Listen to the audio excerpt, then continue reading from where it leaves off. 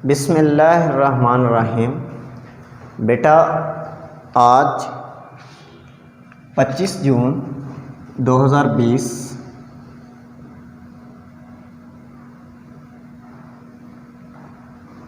को हमने classification of organic compounds, हमारा आज का टॉपिक जो होगा वो क्या है? Classification of organic compounds.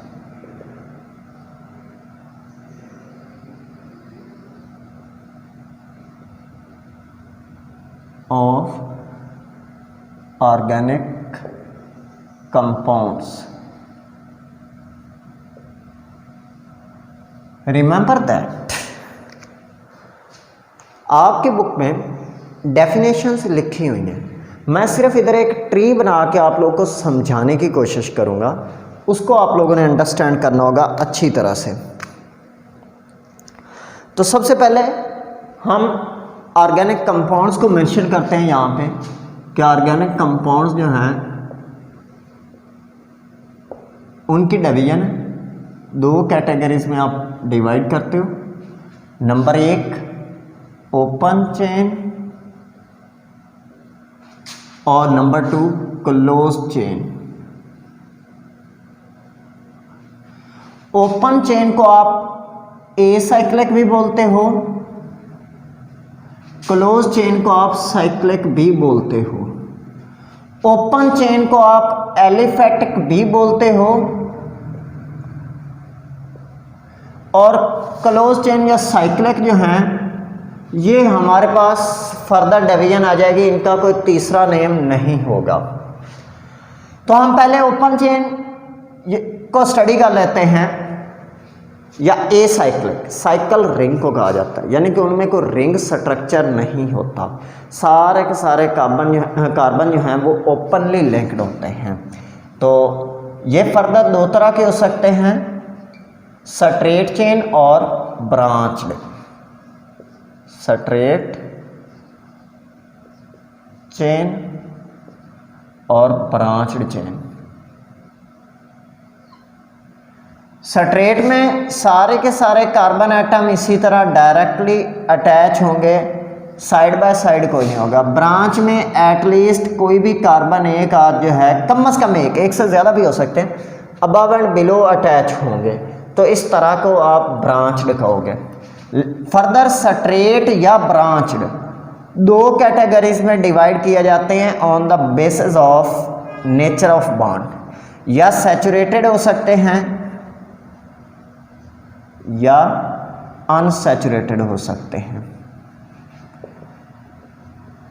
Saturated जो हैं वो सारे के सारे सिंगल बॉन्ड रखते हैं, ये सिंगल बॉन्ड मैंने मेंशन कर दिया, और इनको अल्केन्स कहा जाता है।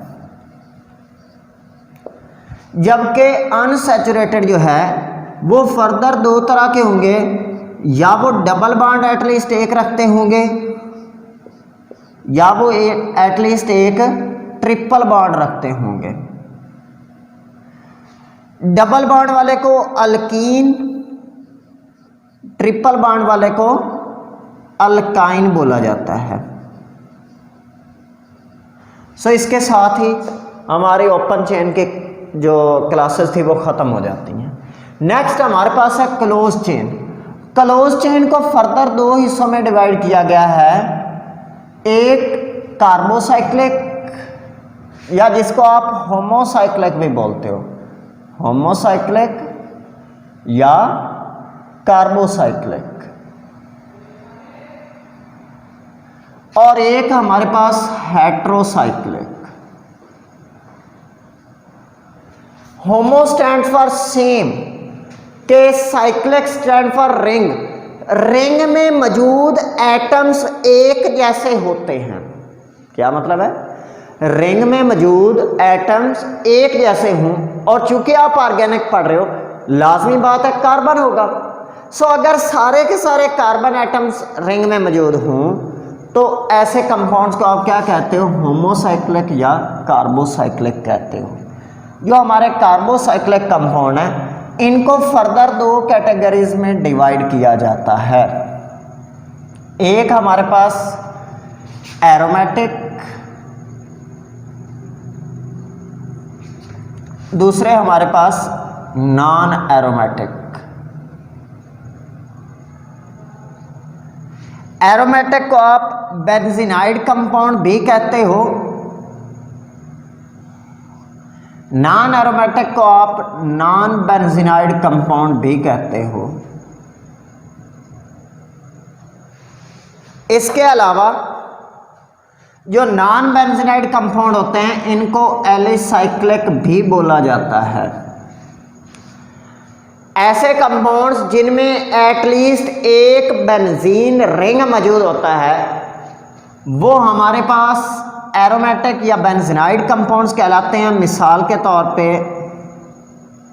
ये बेंजीन हो गया, CH3 अगर ग्रुप लगा दो तो ये टॉलुइन हो गया।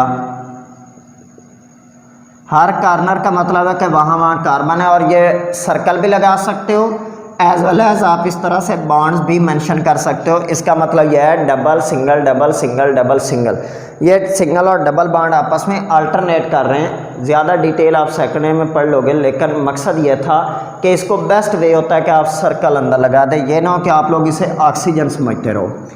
और नॉन बेंजीनाइड होते हैं कि जिनमें बेंजीन रिंग मौजूद ना हो। मिसाल के तौर पे साइक्लोब्यूटेन हो गया, साइक्लोप्रोपेन हो गया, ये हमारे पास क्या हैं, साइक्लिक भी हैं, इसलिए आप साइक्लिक वाली कैटेगरी में रखोगे। और साइकिल में सारे के सारे कार्बन एटम हैं, इसका मतलब आप इसे कार्बोसाइक्लिक में रखोगे। और इसमें चूंकि बेंजीन रिंग मौजूद नहीं है इसलिए कार्बोसाइक्लिक में से ये नॉन एरोमेटिक वाली कैटेगरी में आ जाएंगे। उसके बाद आज के टॉपिक में लास्ट वन है hetero. Hetero stand for different. अगर तो साइक्लिक साइकिल के लिए सो साइकिल के अंदर रिंग के अंदर कोई डिफरेंट एटम आ जाता है तो उसे आप हेट्रोसाइक्लिक कंपाउंड कहेंगे। मिसाल के तौर पे अगर आप यहाँ पे एक कार्बन को रिप्लेस करके नाइट्रोजन लगा देते हो तो ये देखो बाकी सारे कार्बन हैं लेकिन एक कार्बन के अलावा एटम आ गया नाइट्रोजन, इसलिए ये दो डिफरेंट टाइप्स के एटम्स मौजूद हैं रिंग में, दो से ज़्यादा भी हो सकते हैं, इन्हें आप हेट्रोसाइक्लिक कहते हैं। और इसका नाम है पिरिडीन। यहाँ तक आपका आज का लेक्चर था। अगर किसी के भी बच्चे का कोई सवाल हो तो वो आप लोग इनबॉक्स में पूछ सकते हैं। शुक्रिया बेटा, अल्लाह हाफिज़।